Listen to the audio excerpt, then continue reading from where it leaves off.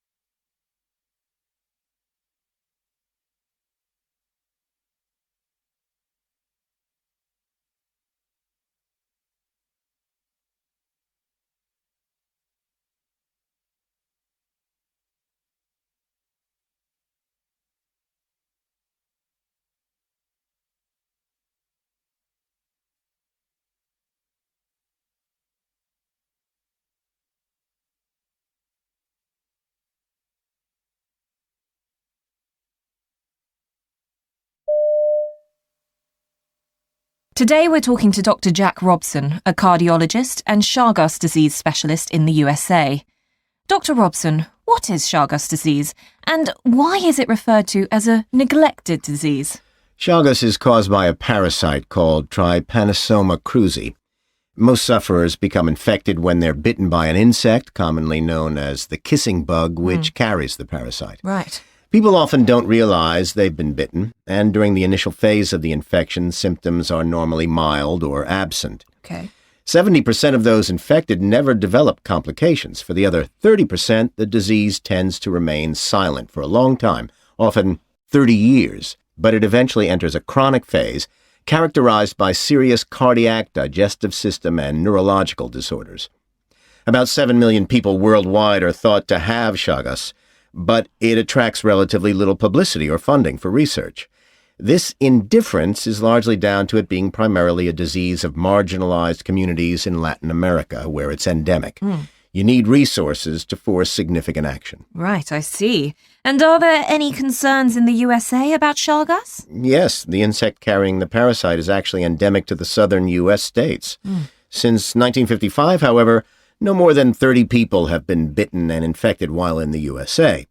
The alarming thing, though, is that it's become apparent that large numbers of first-generation and some second-generation immigrants from Latin America carry Chagas, around 300,000. Right. These people won't infect others, apart from congenitally and possibly through blood transfusion, but a significant proportion end up chronically ill. And for the benefit of our listeners, can you describe an individual case? Well, this year, a Bolivian woman, let's call her Marisol, asked me if she could be tested for Chagas. She's a long-term U.S. resident, but she'd recently been on vacation in Bolivia, and at one point she had felt unwell. This often occurs with changes in diet and living conditions, and that's what Marisol assumed was the cause. She'd actually been planning to donate blood in Bolivia, but changed her mind at the last minute. Ironically, if she'd gone ahead, the screening would have detected Chagas. I see. Hearing from relatives that Chagas can be transmitted congenitally was what prompted Marisol to come to my clinic. She and her partner wanted to start a family, and she was scared that she might pass the parasite on. Tests then showed she did indeed have intermediate-stage Chagas. And what issues can arise in treating Chagas? Well, another patient, I'll call her Jennifer, felt unwell following a vacation in a region where Chagas is endemic. Tests indicated she was Chagas positive. Jennifer was then referred to my clinic where we do further tests. Meanwhile, she looked up Chagas online and understandably was distressed by what she read. "Why me?" she once said to me. She was also fearful about taking benzonidazole, the main drug used for Chagas, because it has potentially harmful side effects. For optimum impact, it should be taken in the first 2 months of the disease, but by the time the testing had been completed, 10 weeks had passed since the likely date of the bite. For information, Jennifer took benzonidazole and didn't react badly to it. And do you deal with patients in later stages of the illness? Yes, I have a 62-year-old patient called Juan. 8 years ago, he was diagnosed with dilated cardiomyopathy, and Chagas was also detected in him.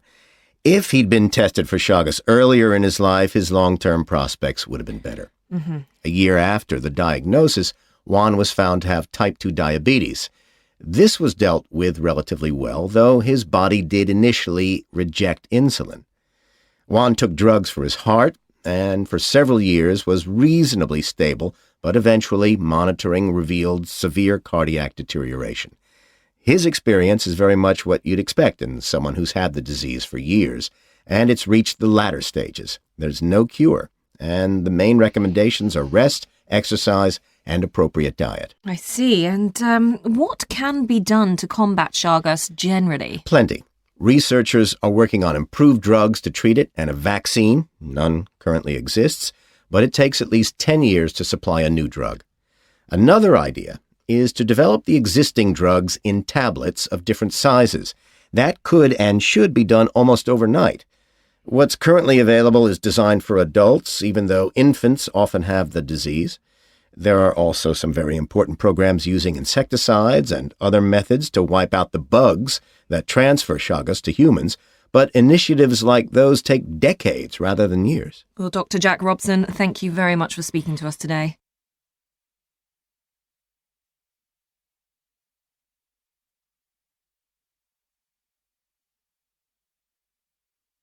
Now look at Extract 2. Extract 2, questions 37 to 42. You hear an occupational therapist called Anna Matthews giving a presentation to a group of trainee doctors. You now have 90 seconds to read questions 37 to 42.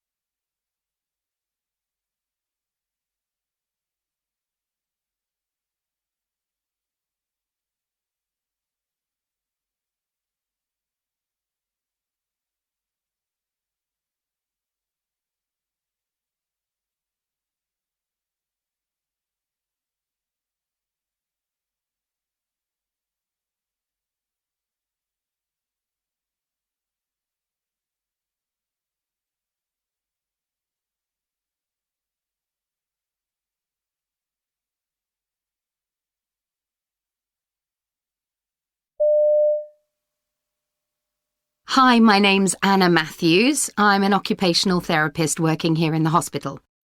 In a moment, I'm going to present a case study to you to show you the type of work I do. But first, let's think about what we understand by occupational therapy and the part it plays in patients' recovery.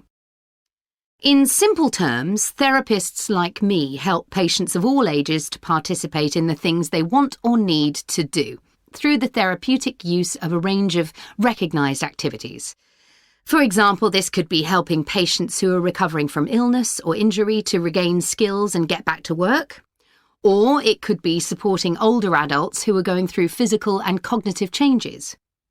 What I always have to keep in mind, however, is what the individual wants to achieve. I always say that a doctor's first question is, "What's the matter with you?" Whereas my first question is, "What matters to you?" Now, onto my case study. It involves a patient called Ted, a 60-year-old man whose motorbike was in collision with a car. Luckily, the accident happened at moderate speed, but he still suffered compound fractures in both legs, in one arm, and several broken ribs. When I first met him, after 2 weeks in hospital, he was physically and emotionally broken. After all, not only was his mobility in question, but much more importantly, so was his style. Doctors had told him that he might never be able to squeeze into his motorbike leathers again. So he'd given up. Imagine how he must have felt. One day, totally independent, and the next, suddenly unable to do things anymore. Ted showed little interest in receiving treatment. Some colleagues at the hospital took the view that if he stubbornly refused to help himself, there was little they could do. It was his right, they said. But I didn't agree. Since Ted couldn't use his legs or right arm, I made sure we concentrated on what he could do with his left hand. For example, I worked on strategies to help him dress himself and things like that. We even worked on fine motor skills, like writing with his left hand. I wanted to make sure that even if he didn't ever regain use of his right arm, I could at least get him to function by whatever other means were open to him. So, how did my therapy help? Well, I worked with Ted on his hands, putting playing cards on a table and getting him to pick one up, which he couldn't do. But he then resorted to sliding the cards off the table and picking them up that way, finding a way of compensating for what he couldn't do. He'd become upset about what he felt was his lack of progress. Relearning to do things you used to do with ease can be frustrating. But in time, I got him to see that if he didn't work with me, then he'd stay as he was for the rest of his life. That was a big motivating factor. Ted had therapy for 8 months, and he had his ups and downs. For example, the day when he finally had the plaster casts removed from his legs. He built it up in his mind into a great step towards independence.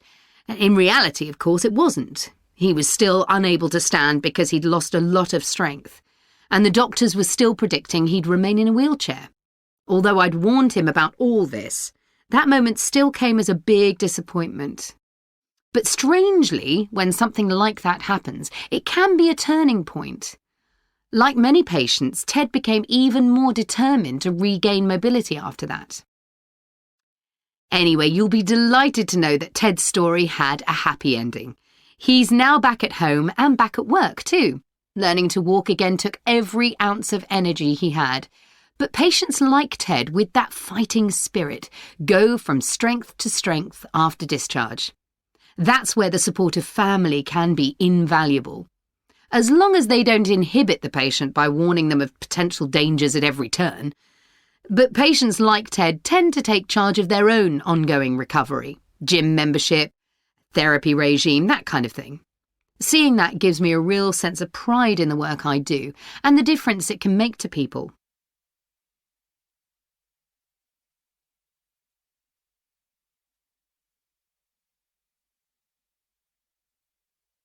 That is the end of Part C. You now have 2 minutes to check your answers.